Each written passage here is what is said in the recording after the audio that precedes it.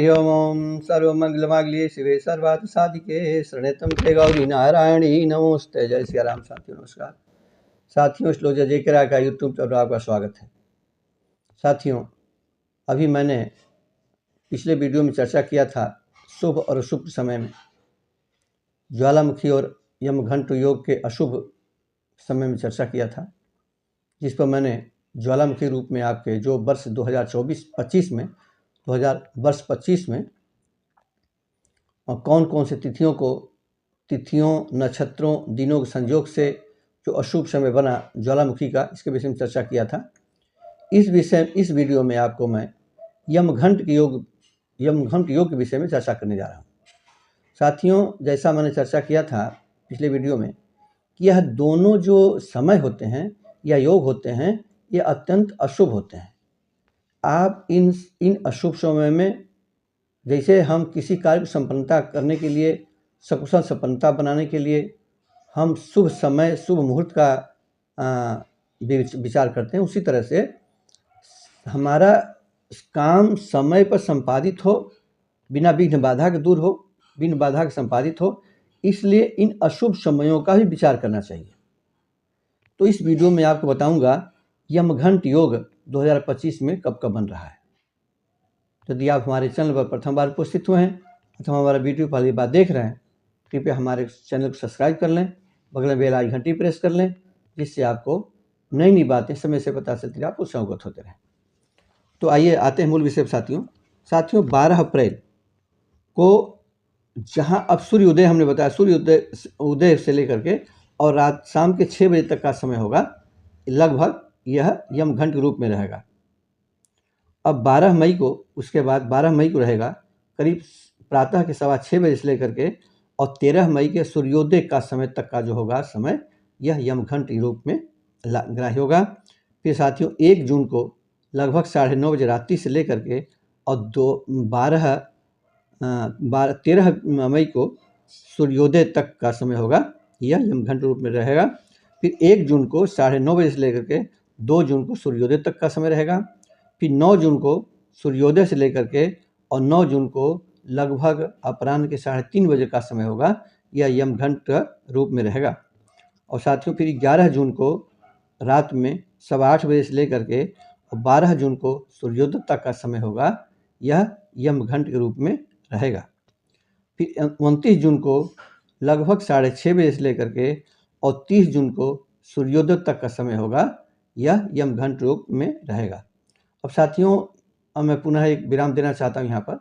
जैसे सूर्योदय, जिसे मैंने बताया कि फलात सूर्योदय तक, जैसे मैंने बताया कि 12 मई को 6:15 बजे से लेकर के 13 मई सूर्योदय तक, तो हर नगर का सूर्योदय, स्थानीय सूर्योदय अलग अलग होता है, इसलिए आप उसका विचार कर लीजिएगा, क्योंकि स्थानीय सूर्योदय सबके अलग अलग होते हैं।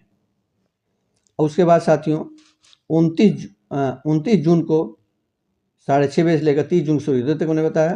फिर 9 जुलाई को सूर्योदय से लेकर के 10 जुलाई को प्रातः के लगभग 5 बजे तक का समय होगा, यह यमघंट रूप में रहेगा। फिर 27 जुलाई को सूर्योदय से लेकर के 27 जुलाई को लगभग 4:30 बजे तक का समय होगा, यह यमघंट रूप में रहेगा।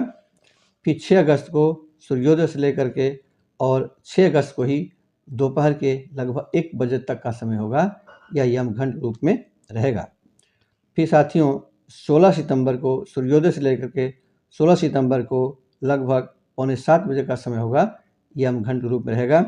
फिर 9 अक्टूबर को रात्रि में 8 बजे से लेकर के 10 अक्टूबर को सूर्योदय तक का समय होगा, यह यमघंट रूप में रहेगा।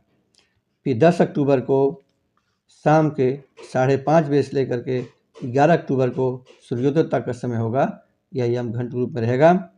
फिर 6 नवंबर को सूर्योदय से लेकर के और 7 नवंबर को लगभग 3:30 बजे जो भोर में होगा, मतलब रात्रि में जो 12 बजेंगे उसके बाद जो 3 होगा उसमें तक का समय होगा, यह यमघंट रूप में रहेगा।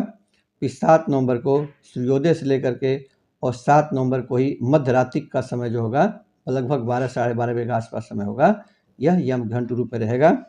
फिर 15 नवंबर को रात्रि के 11:30 बजे से लेकर के और 16 नवंबर को सूर्योदय तक का समय होगा, यह यमघंट रूप में रहेगा।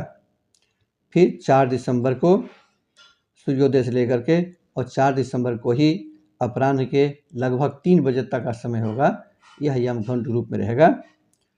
फिर 5 दिसंबर को सूर्योदय से लेकर के और 5 दिसंबर को ही लगभग दिन के 11:15 बजे तक का समय होगा, यह यमघंट रूप में रहेगा। फिर 13 दिसंबर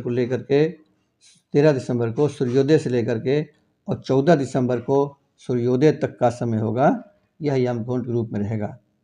मैंने इस वीडियो में 2025 के अंतर्गत कौन कौन तिथियों को यमघंट का योग बनेगा, जैसे मैंने आपसे चर्चा किया था कि यह अशुभ समय होते हैं। दिनों, तिथियों, नक्षत्रों के योग से शुभ और अशुभ समय का निर्धारण होता है।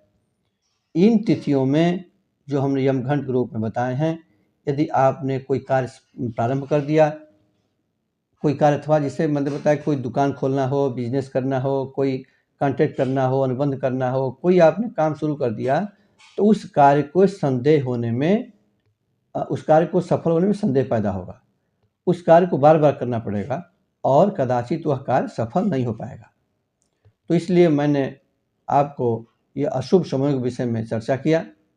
आशा है कि इस जानकारी का लाभ उठाएंगे और आने वाली परेशानियों से बचेंगे। तो आपने हमारे वीडियो को शुरू से अंत तक देखा, इसके लिए आपको साधुवाद, धन्यवाद।